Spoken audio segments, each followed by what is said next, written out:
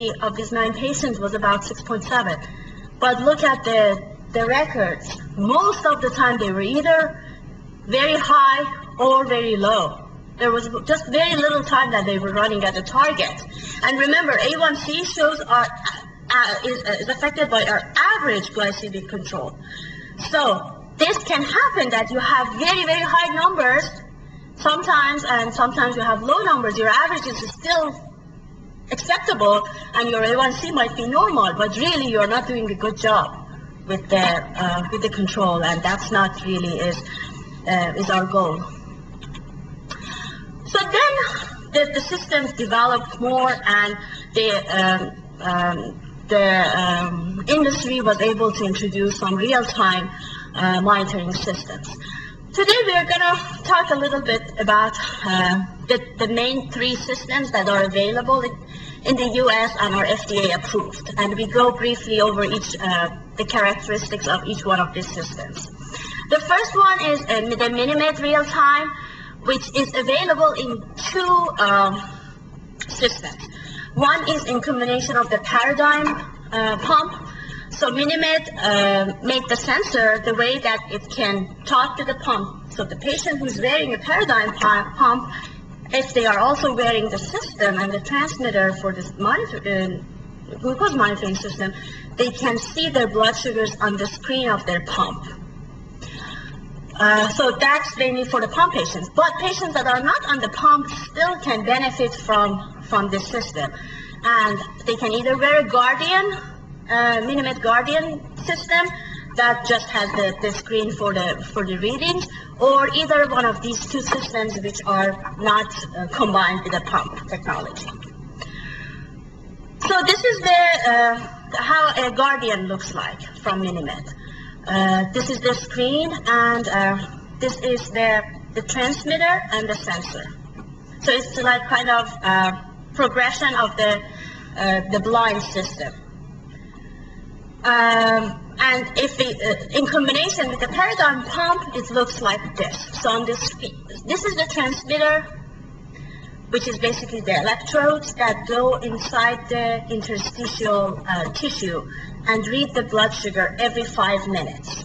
So every 5 minutes, the transmitter talks to the pump and shows a reading at the screen on the screen of the pump. The transmitter is connected to the sensor. The sensor is the part that the patient needs to replace every 3 days.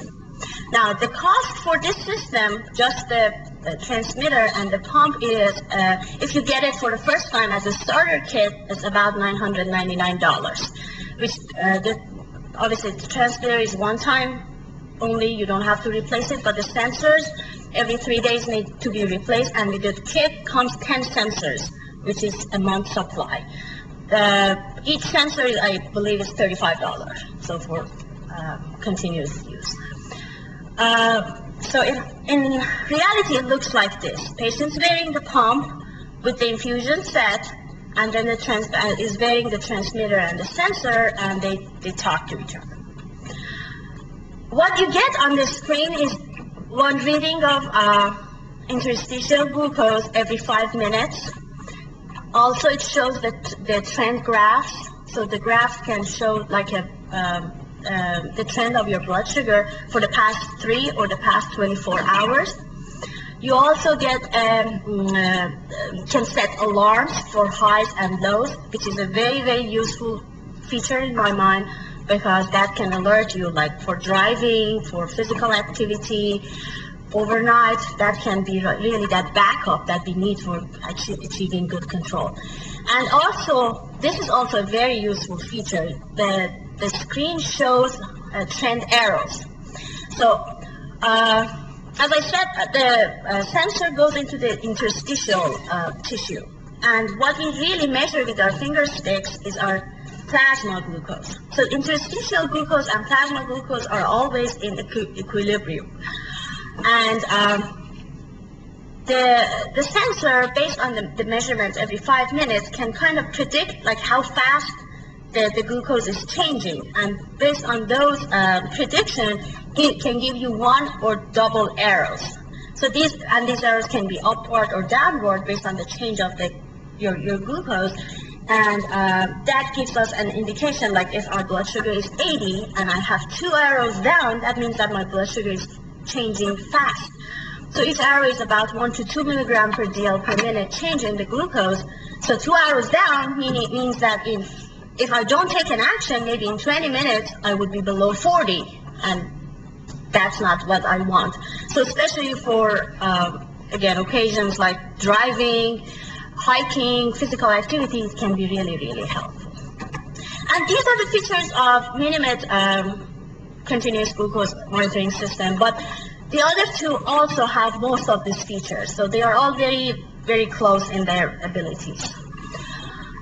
So you get one reading with this system. You get one reading every 5 minutes, total of 288 readings a day.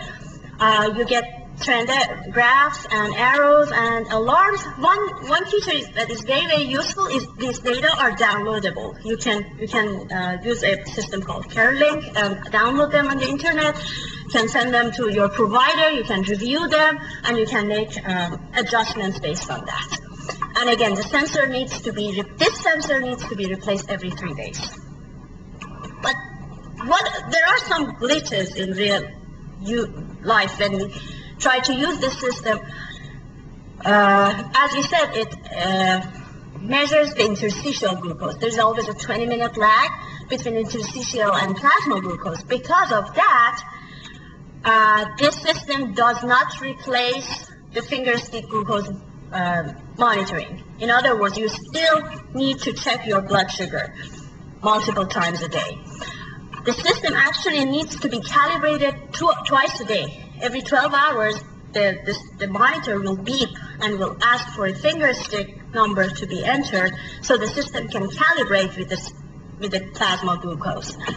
And the FDA indication is not for making, this is just for monitoring. This is not for making therapeutic decisions. In other words, if your blood sugar is high, you want to, the system is reading high, and you want to administer insulin, technically you have to check your blood sugar first, make sure to confirm it, and then administer it. The same with like treatment of hypoglycemia. Just like any other treatment, the best results come with the best compliance. So the system can be worn intermittently or continuously, but the best results were achieved when the patient wore the system more than 5 days a week. So I recommend like 24/7 wearing the system. But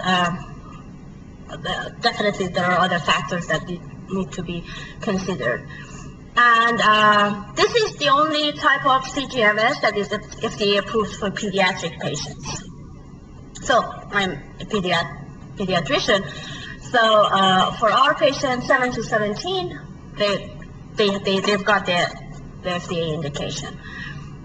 Younger than 7, a lot of patients would benefit from the system, but we don't, we have to kind of fight with the insurance companies. Any questions about this? So we move on to the second monitoring system, which is by Abbott. It's called Navigator.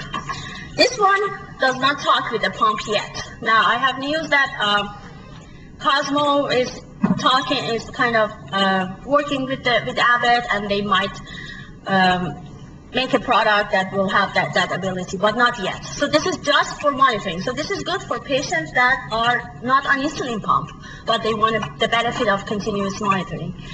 Again, the same basics: transducer and sensor, and then the receiver. One good thing about this one is that it has a built-in meter, a freestyle meter. So if you're carrying this for your glucose monitoring, you don't have to carry a meter as well. So that will do that. Again, the same features. You will get readings of your glucose on the screen. You will get arrows, trend arrows. Here, the angle of the arrow also matters. If it's vertical, that means that the blood sugar is changing too fast, 2 milligram per dl per minute. If it's 45-minute angle like this, it's between 1.5 and between 1 and 2 milligram per dl per minute, and horizontal arrow means 1 milligram per dl per minute. So that also gives you the